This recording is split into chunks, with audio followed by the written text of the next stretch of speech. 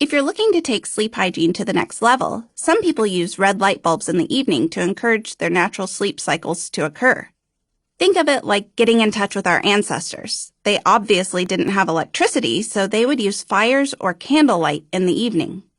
If you want to take it a step further, spending time in the moonlight prompts the natural release of melatonin as well. Red bulbs and moonlight aside, our bodies were made to work in tune with nature. Getting early morning sunlight on our bodies and faces prompts the natural production of serotonin, the feel-good hormone. It just so happens that serotonin is a precursor to the production of melatonin. So, if you want to sleep well, get outside in the morning. Serotonin deficiency is also linked to a variety of disorders, including anxiety, depression, hormonal dysfunction, eating disorders, chronic pain, migraines, and more. Obviously, most of these involve more complex factors than not getting enough sunlight, but it never hurts to make sure you're doing everything you can to support your body's natural processes. Getting outside in general, no matter what time of day, is so healthy for you. I'm generally very behind on fads and trends. Having an online audience, I try my best to engage with as many comments and messages as possible, but sometimes I have no clue what people are even saying. Chuggy, yeet, and riz are all examples of slang I've had to look up. But I felt so ahead of the trends when I saw people saying, touch grass. Yes, please.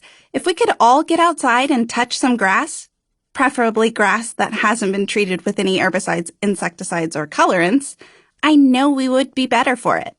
Here are a few other common practices for encouraging sleep. Exercise. It doesn't have to be high intensity or any sort of fancy program, but getting your heart rate up is associated with a better night's sleep. Avoid caffeine beyond your morning cup of coffee. Whether you work in an office or from home, many of us have an afternoon slump that is so hard to get past without caffeinating. Drink water, take a break, and step outside for a moment. You've got this.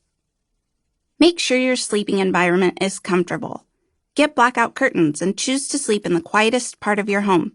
Treat your bed like a sacred place meant only for sleeping so that you don't associate it with anything else. It's worth mentioning the importance of creating a healthy sleep environment on top of healthy sleep habits. Beds and bedding can be a major source of toxins in your home. Mattresses are often made of polyurethane foam, which consists of petroleum-based petrochemicals. Petrochemicals off-gas VOCs, which, as I mentioned before, can cause all sorts of health issues, including respiratory distress and asthma. On top of that, companies treat beds, mattress toppers, and pillows with flame retardants, which have been associated with diabetes, neurobehavioral and developmental disorders, cancer, reproductive health effects, and alteration in thyroid function. As with clothes, mattress covers and sheets are often made of polyester and covered in PFAS, phthalates, and formaldehyde to increase waterproofing and decrease wrinkles. Nice way to spend a third of your life, eh? But don't let it keep you up at night. What can you do about it? On a basic level, ditch polyester bedding, including comforters and throw blankets, and replace everything with a natural material such as cotton or linen. You can usually even find these things at thrift stores if you're unable to purchase them new. If you have a bit of a bigger budget but can't go too crazy, consider buying a mattress topper that is made of natural latex, organic cotton, or wool.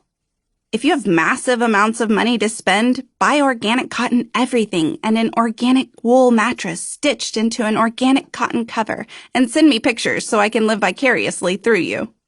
I will say, I recently met a shepherdess, and she told me she has 3 years' worth of raw wool that I am welcome to. I have been scheming up a way to make my own wool mattress out of it without making my husband think I'm insane. At the very least, I'm thinking about taking the down cushions out of my couch because feathers have been poking through and filling the covers with the wool. Is that the kind of thing I should keep to myself? 6. Shelter. My brother lived in a cave once. You heard that right. He was a caveman. And until he met a lady and had a baby on the way, he lived outdoors, doing all his cooking over an open fire. My brother, his wife, and their son, Sage Dragon, now live cozily in a beautiful home in Oregon. If I'm really very crunchy, my brother is really very, very crunchy. Because of him, a cave home was my idea of the epitome of a crunchy home, until I saw one pop up for sale on Zillow, not far from where we live. Of course, this listing piqued my interest, so I did some digging. Does it count as spelunking if I was exploring the dark side of cave living? I'm sure there are perfectly livable caves, but I discovered living in any random old cave has its downsides, namely mold and the risk of bat diseases. No amount of mold or bat disease is a good thing, so caves are out in my book. As I mentioned earlier, one of the best things you can do for your shelter is to improve your air quality. But there's more to a home than clean air. What about the makeup of your home? Flooring made of synthetic materials, carpeting, rugs, paints, and mass-produced furniture are all places where potentially hazardous chemicals can hide. These are chemicals such as formaldehyde, a known carcinogen, parabens, linked to hormone and endocrine disruption, PFAS, linked to learning delays in children and increased risk of cancer, PFCs, linked to reproductive issues, VOCs, linked to an increased risk of asthma, and more. That sounds like some serious consequences for living in a furnished house. Fear not. Just because something is linked to a health issue doesn't mean it for sure will affect you, especially if you're taking care of your body and doing your best to minimize chemicals in easier areas, like avoiding added fragrances or not microwaving your food in plastic. Also, some companies are getting privy to the demand for less harmful products. Lowe's and Home Depot no longer sell carpeting that has been treated with PFAS. Where you can, try to choose products that have third-party certifications for being non-toxic, like Okotex, UL GreenGuard, FSC, GOTS, and GOLS. But if that's unattainable, secondhand furniture has already off-gassed, so that can be a safer choice than buying some brands new. My couch was a Facebook Marketplace find, and I love it. It's the cleanest, in every sense of the word, one I could find within a 3-hour radius. You can't do everything perfectly in every area. Again, I don't even think you'd want to be perfect. However, it's wise to be aware of all the places toxins can sneak in and potentially wreak havoc on your health. Try your best where you can. Don't allow the stress of trying to live a toxin-free life become more harmful than the toxins you are trying to avoid. If you could have any kind of vacation, what would you choose? Silky, an all-inclusive cruise. Scrunchy, a beach on Florida's 30A. Really very crunchy, a hike on the Appalachian Trail. Jason says, some of you may remember a video we put out about our family going on vacation, and upon entering the apartment, Emily covers her mouth with her hands and yells for the boys to, "Get back! There's mold!" This video, believe it or not, was written and filmed while we were waiting to get a new room because of the actual mold we found throughout the apartment. Now, the practical side of me would typically roll my eyes at this and try to convince Emily that we would only be there for a week and that the mold wasn't that bad. But in this instance, I couldn't do that. The stuff was everywhere. It was crawling out of the vents like venom, looking for a host to latch onto. And it was even worse in the bedrooms. Even I couldn't justify a tough-it-out stance for our toddlers in this case. Would spending a week there have been that bad for us? I mean, it was pretty awful, so maybe. But if that stuff is in your home, it's time to take a hard look at your shelter and either get it fixed or rethink some things. Section 3. The Really Very Crunchy Household. Chapter 6. When Your Family Isn't Crunchy. As a child of the 1990s, I have a pretty good idea of how I don't want to raise my kids. I don't blame my parents for setting me in front of a television for a large portion of my childhood. I mean, the 90s brought us some epic animated films that instilled within us a spirit of adventure and anxiety that our parents would die any day now. Not to mention, those Nickelodeon kid-themed game shows primed us to become the FOMO, Instagram-envious consumers we are. What millennial hasn't grown up wondering what it feels like to be slimed? Looking back, I don't know how my parents, in particular my dad, didn't realize there was something inherently wrong with putting a plastic-wrapped honey bun in the microwave for 30 seconds and feeding it to my siblings and me for breakfast. But they didn't know about the negative effects of BPA, phthalates, or heavily processed food. I clearly remember a television ad that encouraged my parents' generation to feed their kids corn syrup because it was a natural sugar. Sometimes I can't help but cringe thinking about the amount of purple ketchup and the number of toaster strudels, zebra cakes, and fake juice Squeeze-Its I have consumed. I really do wonder what's in a Wonder Ball because I ate so many of them. I believe most parents are trying to do their best. My parents worked their butts off to provide a better childhood for me than they had growing up. My dad woke up every day at 2:30 a.m. to deliver bread to all the grocery stores and restaurants within a 60-mile radius, and my mom was the underpaid manager of our town's most popular family-friendly restaurant. They worked hard to make sure I was warm, my belly was full, and I had an endless supply of batteries for my portable CD player. They made the best choices they could. We shopped at thrift stores for gently used clothes instead of buying new. Even if sustainability wasn't the driving force behind that choice, I'll give them some crunchy points there. My dad joined the United States Army Reserve and ended up serving in Iraq for almost 2 years.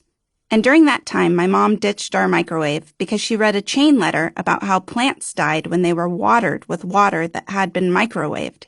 The kind of letter that said, "If you love your family and friends, you'll send this to 200 people.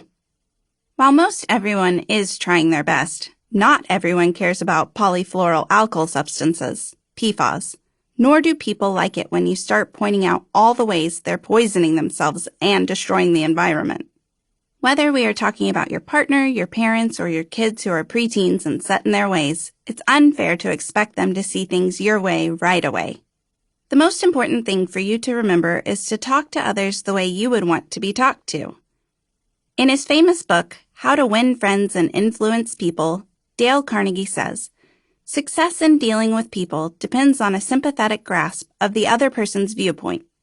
If someone has been doing something one way for their entire life, and they haven't come to the conclusion that what they are doing isn't necessarily the best, they probably won't like being told that what they are doing isn't necessarily the best.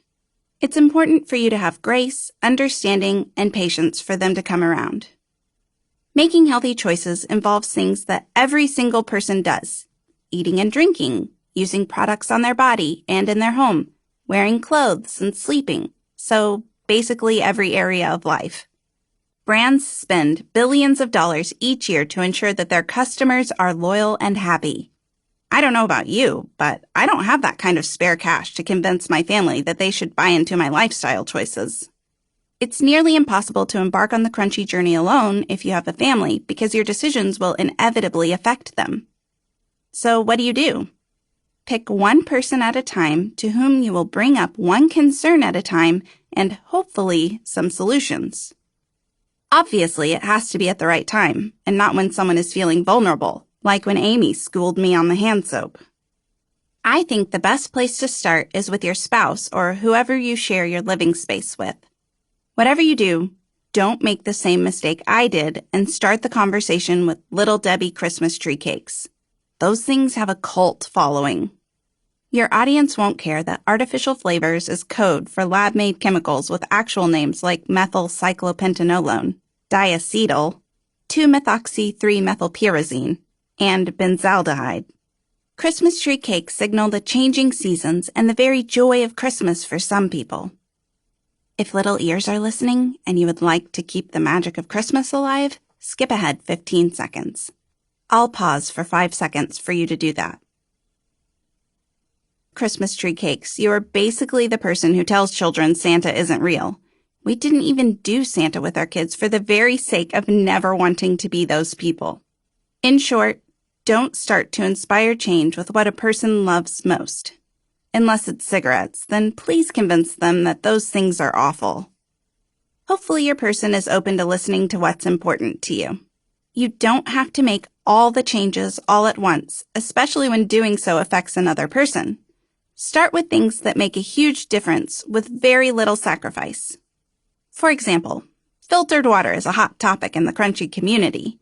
The taste of water isn't going to change much based on what filter you choose, so that's an area that won't feel like a huge sacrifice to those around you.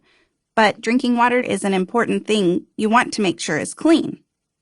Scientists have found that around the country, tap water contains tons of yucky contaminants, such as plastics, hormones, heavy metals, and pharmaceuticals. Most people would agree that water shouldn't contain those things. Start easy. A few other changes that might be relatively easy for your person to make include switching to a deodorant that doesn't contain aluminum. Not everyone is ready to ditch it altogether and use a little bit of freshly squeezed lime juice. Even my husband has his limits. Switching from non-stick cookware that has forever chemicals to cast iron or stainless steel. Swapping conventional laundry detergent for a fragrance-free, dye-free, all-natural laundry detergent. Replacing inflammatory cooking oils with olive oil, coconut oil, butter, or lard. Replacing conventional cola with a probiotic cola. Yes, it exists. Carbonated water, or even, gasp, kefir. When people start their crunchy journeys, they often think it's all or nothing right off the bat. But if you've made it this far into the book, you already know that's not true. Adopting a crunchy lifestyle is like working out. You can't wake up and expect to be able to run a marathon if you haven't run a mile since that one time in high school gym class. Starting out, you aim to be able to run a few minutes. Then you work your way up. You may never make it to a marathon, or in this case, being the ultimate crunchy family. But won't you be in better shape than you were before if in the end you can run a 5K? You have to realize that everyone is on their own journey and they don't have the same experiences or convictions that you have. That's okay.